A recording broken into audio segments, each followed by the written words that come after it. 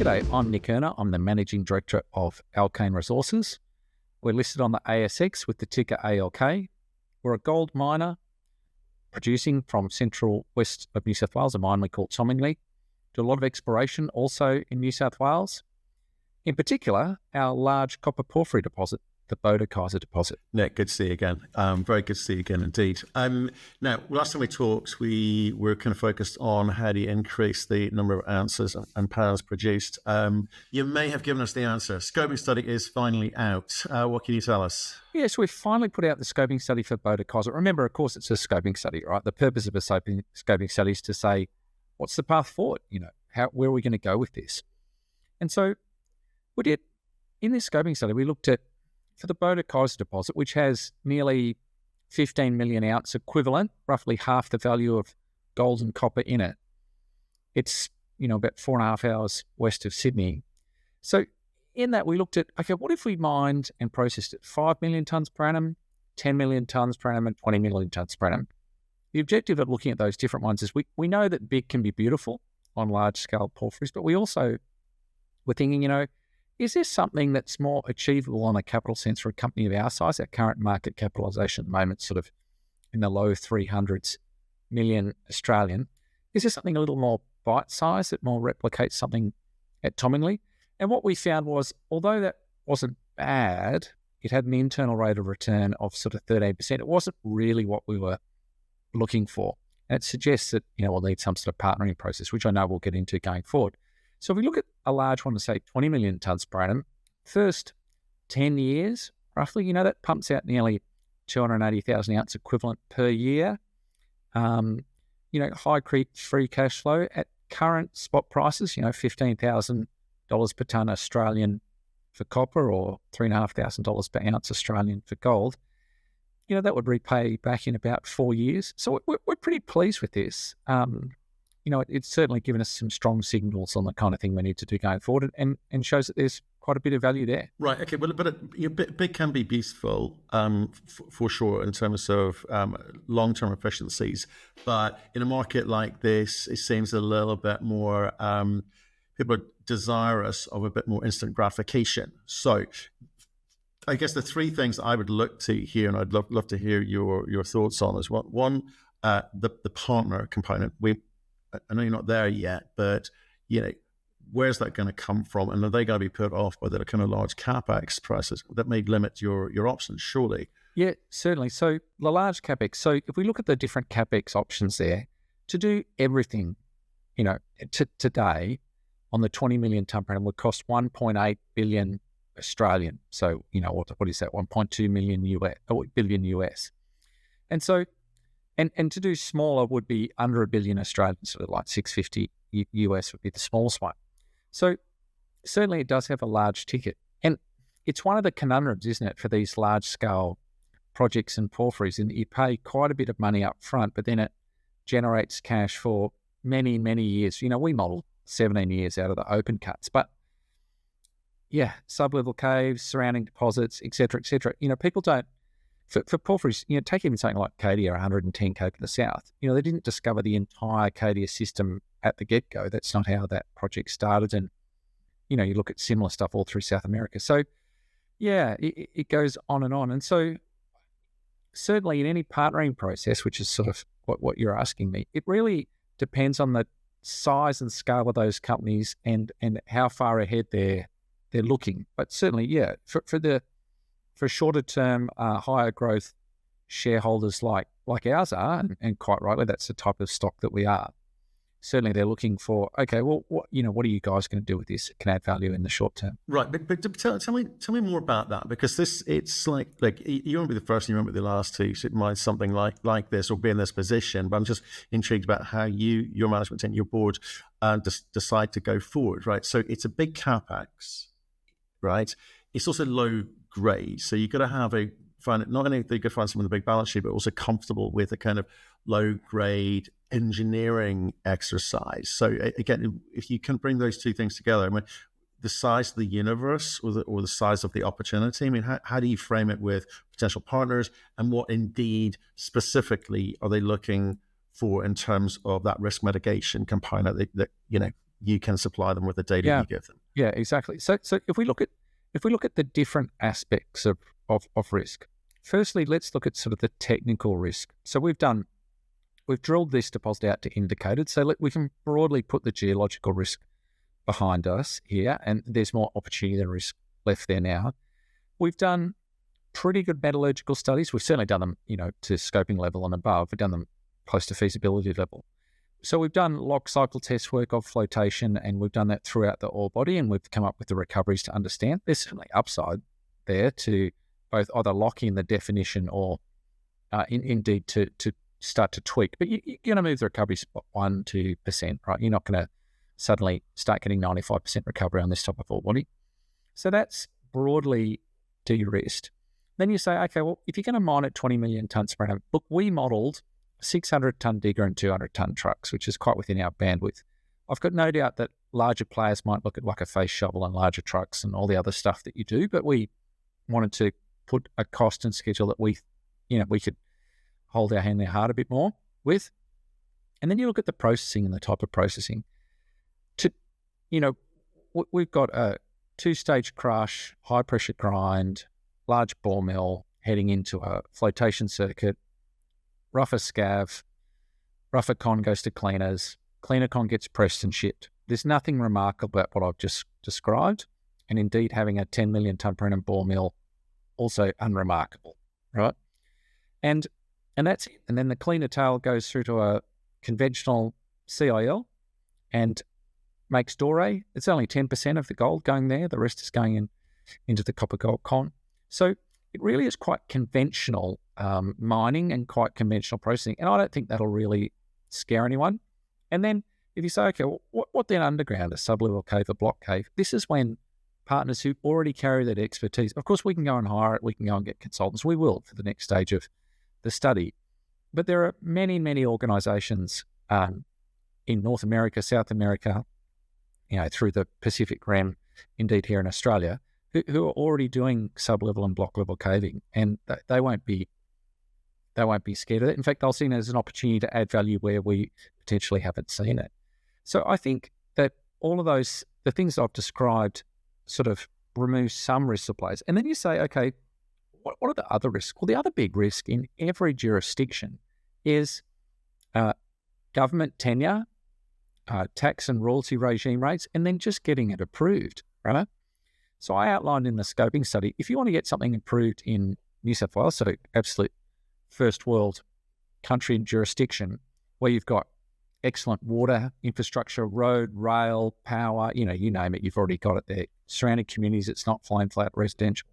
If you want to get something approved there, you've got at least 2 years of baseline environmental studies, so that's 2 years.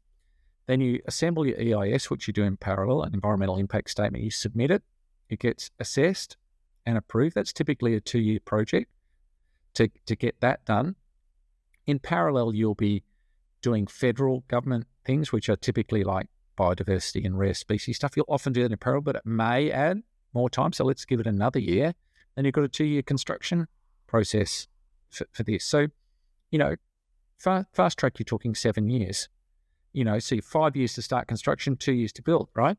So the things that we can do, which we're already expert at because we've done it many times, is we've already started doing this environmental baseline work already. We've these pits that we might potentially do. Well, we're currently, halfway through drilling water monitoring bores to understand what might aquifer interference be, and so on and so forth. Looking at water sources, all these things that are required to de-risk the process. That's what any mining company will be looking for.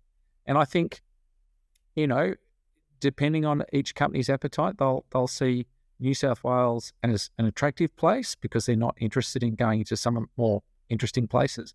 Or they'll think, you know what, I'm forced to go into interesting places in the hunt for copper and gold already. So it sort of really depends on what companies wish to engage. I mean, the other thing they're going to want to understand is, and I appreciate everything you said there, right? So I think that's, people should take note of those things. There's a process to go through, and not everything is, taken as read and expected. You'll work hard for that.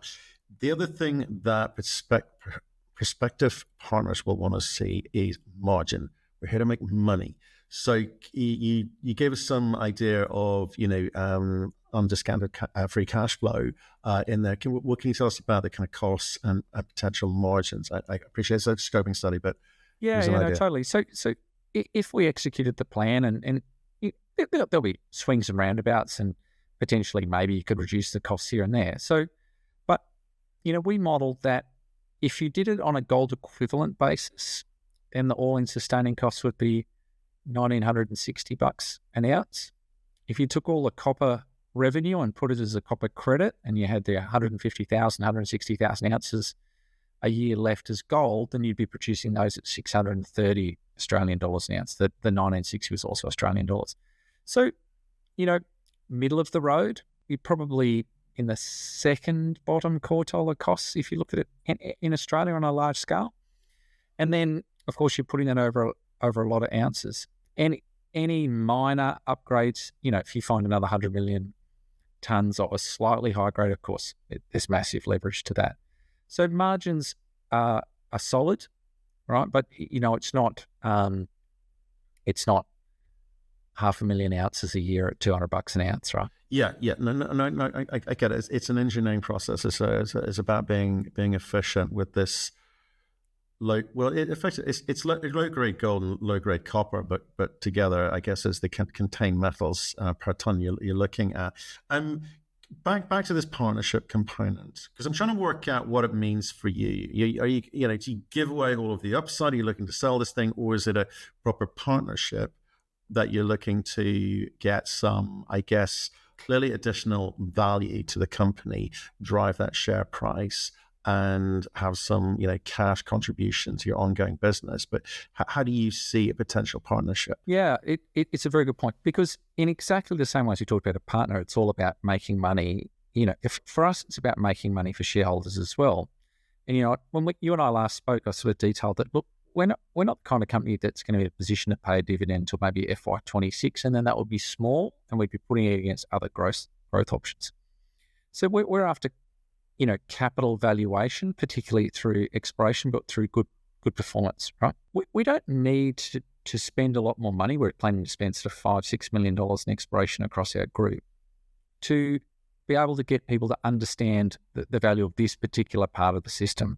So there's other exploration that occurs, and so, but we're right back to grassroots level there, right? So we've done geophysical techniques, and we're putting in early stage RC holes, and we're doing some diamond in stuff, particularly to the northwest, right?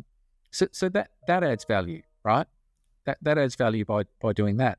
But we don't need a lot of money for that, right? So that's well within our appetite.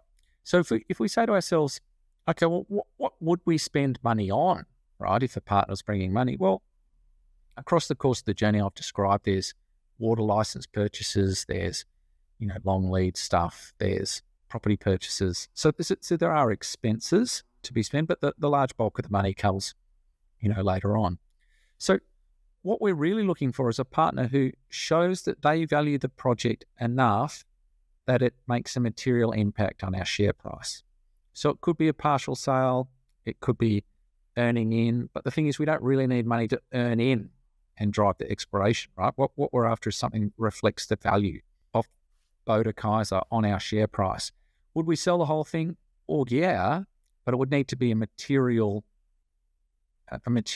bid for that. And, that's unlikely at this stage, right? But we'd also like to, create the bones of a larger long-term income and growth for the company. So we're looking for a partner that is prepared to put, some money forward and can agree on programs and things to understand about how to develop that creates mutual value, but not one where we just hand over, unless there's a significant premium, just hand over control to somebody else and put it as part of their long-term timeline, because that doesn't bring value to our shareholders. I hope that's sort of clear enough. Well, I guess the point is, I guess there's discussions to be had and decisions to be made about the best way forward, and money talks. So let's flip that the other way around in terms of what they would be looking for. What type of partner would it more likely be? Because you're talking about adding production ounces and pounds to their profile, and possibly, and obviously reserves as well. So it's got to do something for them to expose themselves to this amount of, capex, in terms of the debt component and whatever they need to do to raise the equity. Maybe it's cash, maybe it's not. Who knows? So talk to me about the type of profile it's more likely to be. Is it going to be an Aussie player? Do you think that, they're, in terms of like global picture, what's it look like? Yeah, it could be anyone across the world that's looking for investments in this type of jurisdiction, right? And so that does include people, Australian companies, North American companies, potentially even Asian companies that are after that. And I would expect, putting you're a major hat on, I'd expect that they'd be looking to show a pathway through to control. They'd be looking to operate the asset and have us as a minority contributing partner, right? That's completely expected, right? And so, who knows what the journey forward is over that, but they're the kind of things and discussions. And so there's a point of, if we agree to that, a change of control. There's a point of change of control that comes, but things need to be certain enough that value continues to accumulate for our shareholders as that change of control occurs. Does it put you at a slight disadvantage in the sense that, you're low 300 million market cap company? It kind of feels like you could also be able to put up a good defense, right? From M&A. We're looking at all these kind of big producers throwing off cash at the moment, and they're looking at, well, what's the best way to deploy and allocate that capital? And great partnership is one thing, but also at the same time, you probably may or may not be wanting to attract acquisitors. Yeah, absolutely. That could occur, of course, and every shareholder has the right to sell to someone new coming in. I think our shareholders have been, longer term and have wanted to see the value of this reflected. We're somewhat undervalued by a lot of metrics on the exchange at the moment, just on the basis of Tomingley alone, right? And that's due to the ramp-ups, things that we've discussed before. So I would say that the value for Boda, there's not much of it reflected in our share price, I wouldn't have thought, right? And people can, argue about that. So I think any shareholder seeing a bid come in, will want to come, let's just assume it's unsolicited, unsolicited, unendorsed bid, would be looking for reflection just of Tomingley, right? But also of Boda. So the question people would ask is, would you demerge? Sure, all of these things are available as ways to make money. Of course, we've demerged the company before spinning out the rare earths business. But, what we're not going to do is, in a market where, Boda and doesn't have an inherent interest in it and an inherent value, we're not going to just put it out there as a stranded asset just to get mopped up by someone else, very, very cheaply. That doesn't make sense. It doesn't make money for our share. It's kind of it's an interesting dilemma for you, in the sense that if you talk about stuff that's 7 years out, the market doesn't give you much credit for it, right? I think broadly, whether it's you or whether it's a partner coming in, you're not going to get much credit for it. However, coming back to that best allocation of capital, you're having to allocate cash now. They would be having to allocate cash now. For future gain. Does that kind of, maybe again, come back to that thing of, can you get someone over the line? Does it restrict the number of people who could partner with you? It certainly does. It restricts it to people to whom that makes a prudent investment now, laying the building blocks out for the 10 to 15 year horizon, right? It restricts it to those kind of people. So, someone with a market cap of $2 to $3 billion, there's plenty of Australian companies like that. They're probably not allocating capital in that of that scale in that time frame at present. But then once you cross into the 15 billion plus, then you do start to see that. It probably also doesn't lend itself to private equity, right? So private equity may be a contributor later down the track, but private equity in general, a lot of the funds are, even a long dated fund is a 7 to 10 year fund, right? But a lot of them are looking for returns in the 3 to 5 time frame. So, there may be a role, to get past particular hurdles or things, but I don't think that that's today. And so it will be the larger corporations. I think it's going to be larger gold-focused corporations. It's more likely to be gold people looking to add copper credits, and long-term gold answers is straight copper companies looking to increase copper exposure. That, of course, may change as copper just tightens and tightens and tightens. But, at present, the sort of the adding of the 30 to 50,000 tonnes per annum of copper, I don't think that people have really moved into those projects from in amongst the really large majors at the moment yet. Yeah, that feels about right. Now, you'll be glad to hear this, get away from that partner conversation and over into, last time we talked to, right, I know you've started some of the processes now, but it's a 7-year process. So, we're talking about moving from a 60,000 ounce to 100,000 ounce by 2026. Can we come back to you touched upon it slightly, this kind of allocation of capital for exploration and where those extra 40,000 ounces are going to come from by 2026? Can you kind of remind us? Yeah, so at Tomingley, we already have those ounces discovered and scheduled. So we have a new underground mine, Roswell, that we've developed and we're stoping from, and it's steadily increasing its percentage of our ore feed. And then we have 2 open cuts of deposits we call San Antonio that will go in. We have to move a highway for that, which is hence more capital that we spoke about.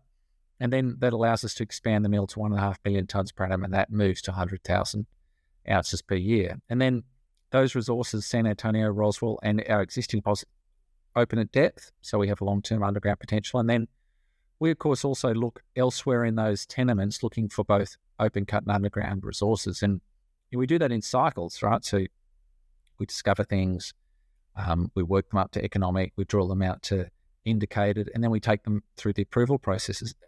That's a 5-year cycle, right? So we want to have identified at Tomingley by 2027, 2028, where the next deposits, and it could be could be at depth, but where those next ones are coming. So, we allocate money both internal and external for that. But at the moment, the money, I meant within the mine, immediacy and external, the mine immediacy by internal and external.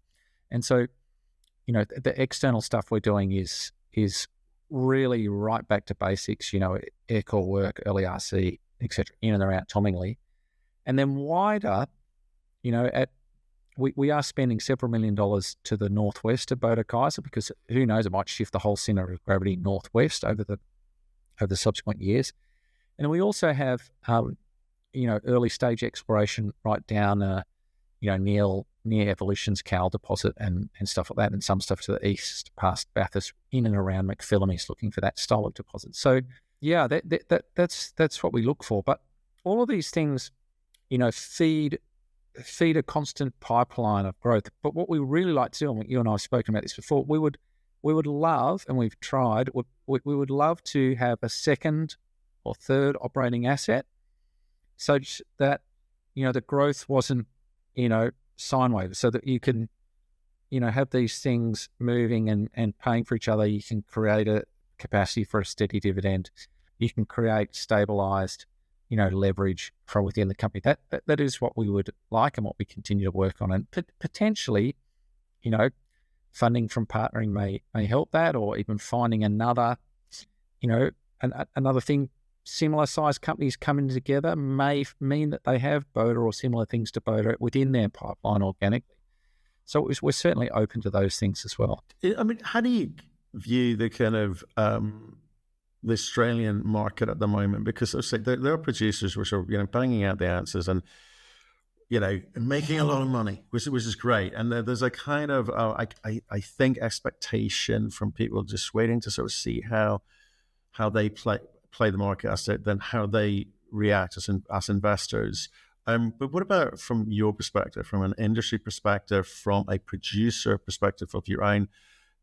Not quite at the size that kind of attracts, I think, institutional money in great numbers, because you need to get to that 100,000 mark. I think there's a sort of psychological barrier there for them. How do you play it at the moment when you're seeing what you're seeing? We're seeing some cash-stranded companies. We're seeing some development stories which just can't, get over the line. And we're seeing some, small producers also looking around, mergers of equals everywhere. I mean, How do you play them off? Yeah, so we fall into that sort of camp, more the merger of equals, or other. When you have shareholders who are looking for a capital gain, you don't want to come together with someone, simply to be the same share price, right? There needs to be a premium that you and the other company expect from, if you take Silver Lake Red 5, whether or not Red necessarily needed that cash to deleverage, whether or not Silver Lake really needed that mine life, but people certainly saw the appeal of the two coming together, even though there weren't that many other synergies. In our same case, if someone did have more cash but not quite as long an asset, then bringing those together, I think people would see us as deleveraged and, may attribute a higher rating, a higher percentage of the net asset value to us, right? But there are, so the type of people we look at are other people who are in a similar situation to us, which is they go, well, they've got a long history, they have a future, but due to the nature of being unable to consolidate surrounding tenements or the nature of their balance sheet or something else, they find themselves in a position where, sure, there's a path to value, in our case, over 18 to 24 months, but that value could be brought forward to today and added to by coming together with someone else. So we look around for that style of thing, and you appreciate it's a very, difficult environment at the smaller end of town.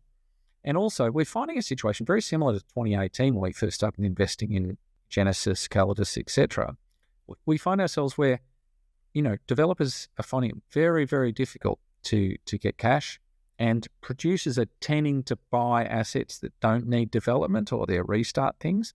And so the value of those developers is getting suppressed and suppressed and suppressed to the point where potentially their shareholders may take an offer simply because they want to also see progress in a re-rating versus a position that they'll otherwise find themselves in, which is getting beaten down through successive capital raising. So we're on the look at both of those things. Okay, I think it's kind of interesting actually, and then I can reference a sort of a nickel project which has been basically put into care and maintenance, because the structure originally, I think, with one of the big Aussie banks, the big Aussie debt bank, just was so convoluted, top of the market, really, really expensive, and I guess the project never got a time to breathe because it was constantly looking over its shoulder at the bankers.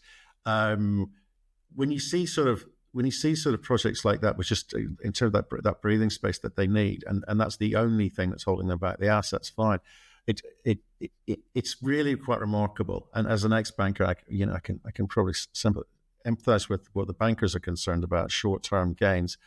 But for you guys, it does create opportunities. It feels like if you can walk into a situation and say, we're kind of unremarkable, very reliable producers, we can make this thing sing. And does that help you being a producer of, well, low leverage and rather unexciting production? I think so. I mean, you know what, the smaller end of the market, it's really sort of anything sub 2 billion. I know what we're sort of referring to, and even you don't even smaller that if you're American, but is like, reality and perception, don't always meet on the share market, but they almost always meet in the bank, right? And so certainly having, people who have gotten approvals, gotten developments away, done capital works, stabilized mines, solid and reliable production, that works really well, right? And you can get some quite good debt terms. And so often, a bank who has an asset that's under pressure can encourage that company to merge, deleverage, because they'll happily, have management arrived who have just more experience in it. They're not, better or worse people. They just have more experience in it. And, so we bring aspects of that. We certainly bring a lot of good exploration capital allocation. At the moment, we're building, we're 2 years away from bringing a strong balance sheet, so, and I think that, who knows what opportunities will exist in 2 years, but, there'll certainly be a few. But if you look at things like that are already in production that someone might want to buy additional ounces, that's almost certainly going to go to someone else who is generating significant cash at at present, I would have thought. And a lot of people don't want to make a misstep. So, they're very, very wary of touching something that, might be under pressure with the bank for another reason, all right? Whether it's a resource-based reason or something else. And so it can be very, very difficult. You know what it's like as shareholders. We tend to be more fearful than greedy, right? So we're more worried about catching a falling knife than we are about missing out on an opportunity. So, just balancing that for our shareholders is something that we're very mindful of as well. Okay. Well, look, Nick, I appreciate the time today. Just in terms of what would you highlight from the scoping study as being important for people to understand and maybe take away? Yeah, thanks, mate. The thing that I would highlight is it's very, very easy to look at these projects, particularly in the Australian jurisdiction, and say, this is low grade, right?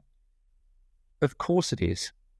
But if people rewind their minds 10, 20, 30 years and look at the copper and gold prices at which some of the large, long-dated projects started, and then they look at what that would mean in grade terms today, all right? So if you basically do a grade and price analogy, people will find a lot of projects started at it around these sort of equivalent grades on a price basis.